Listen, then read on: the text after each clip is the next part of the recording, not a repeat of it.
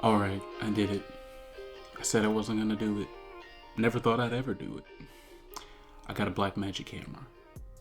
Let's talk about where this started from. Okay, so I never thought I was gonna get a BlackMagic camera. My dream camera has always been the Canon C70. I was already a Canon user and I wanted to get into the Canon cinema line because I'm predominantly a videographer anyway. But the C70 is like $5,000. And that's not something that I had on me at the moment. And really, to get a BlackMagic was really just a thing of opportunity. So here's what happened. I bought the Canon R7 last year, the end of last year of 2022, and I got a Sigma EF 18 to 35 with it. Great combination, great camera, and everything. I also had the Canon EOS R still on the shelves. And this presented a unique problem for me because I had two cameras that relatively did the same thing, right? They both can take photos and take video, but the R7 does both of those things much better. So there was really no reason for me to ever grab the EOS R unless I was doing like a multicam shoot, which I wasn't really doing much of anyway. So here I was with, Canon R7. It's a great camera, working perfectly fine. And then I have this EOS R that's just sitting on the shelf collecting dust. And I was just kind of feeling like, man, like it would be really nice to get some sort of value from all of my equipment. Because why do I have gear if it's just sitting there? It's adding no value, it's not bringing in any money. And so I really just started to think like, man, like what if I sold this and get something else?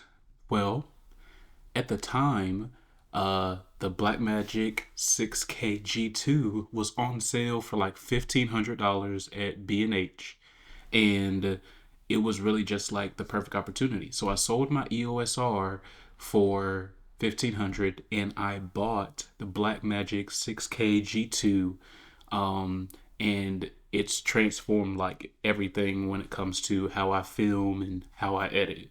And it's not something that like I really expected, you know? I used to be someone who was like, oh, I would never get a camera that doesn't have like great autofocus, that doesn't have great battery life. And look at me here with the Blackmagic 6K G2, which doesn't have, it has autofocus, doesn't have continuous autofocus, which almost feels like it doesn't have autofocus at all.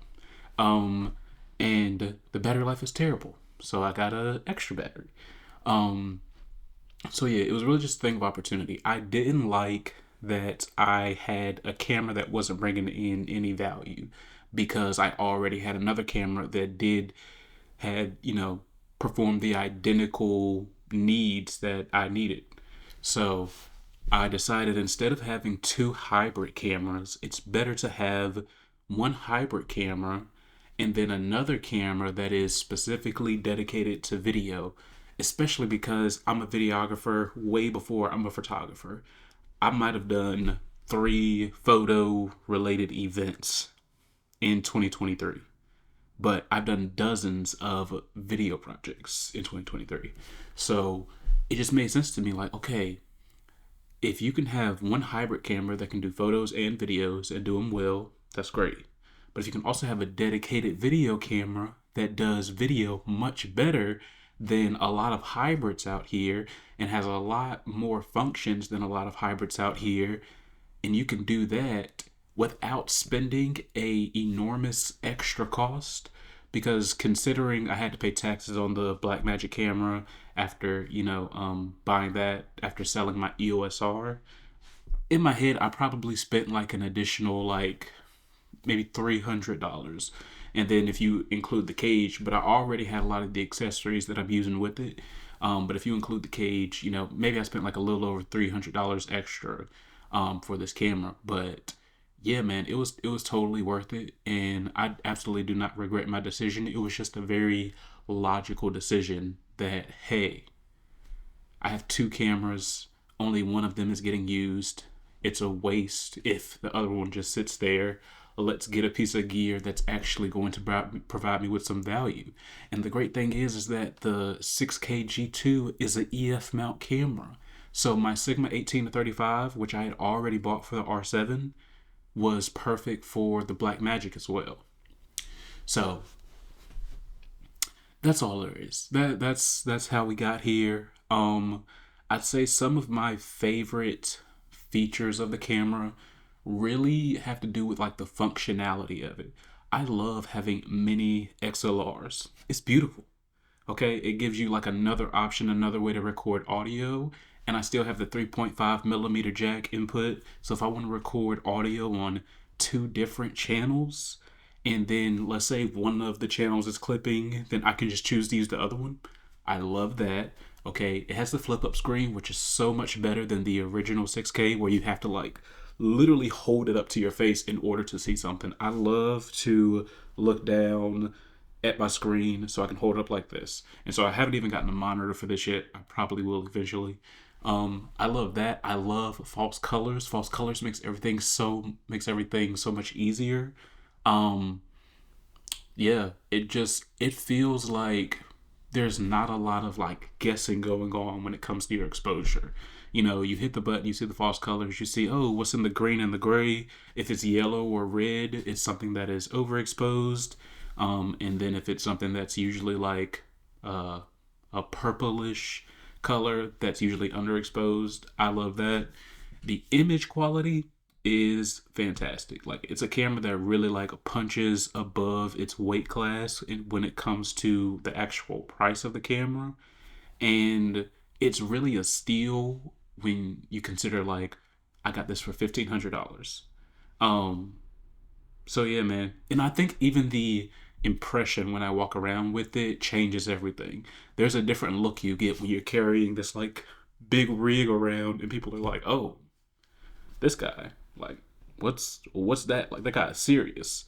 I was working with the Duke basketball player, and yeah, just eyes glaring at me like, what is this guy doing over here? But it was something serious, and definitely when people see it, they're like, okay, well, clearly we need to let you in because you're working with someone. Um, but yeah, man, it's a great camera. The things that I had to get used to that I thought would almost be deal breakers for me was the focus, having to manually focus all the time. I did think that was going to be a challenge, and it was at first, but it was honestly just something I had to get used to. And I think it even like challenged me and made me better as a videographer, really just being able to quickly focus in on someone, because autofocus always has the potential to fail. Manual focus will never fail you. Even if autofocus is like, perfect 99% of the time, manual focus will be correct 100% of the time. So that's great. Yeah, I've learned to like enjoy that. The size of it is something that like I'm still getting used to because you have to rig it up so much and the weight of it. But honestly, in my head, I'm like, okay, so I just have to get stronger. That's the only thing that has to change. I will say the thing that I feel like there's no pluses to is the file size. The file sizes I'm used to dealing with MP4s. MP4s, if you record for an hour, maybe you get like 30 gigs, right? With MOVs, which the Blackmagic camera has, and a lot of other cinema cameras have too, the file sizes are like 4 times that. Like, it's insane. And so I find myself like kind of dreading have to record sometimes in some long format things, because I'm like, this is going to take forever to like transfer onto my SSD. This is going to take forever to edit. It's going to take forever to render. But sometimes it's the cost to getting a cinema camera. So but I'm sure it's something I'll get used to, and it hasn't like really dampened my experience with the camera itself. Um, so yeah, man, great camera. B&H had it like $500 off of its usual price.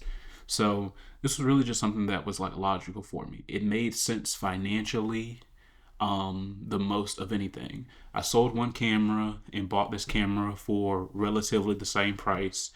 and I'm increasing the production value of my business by offering a better image quality, better functionality.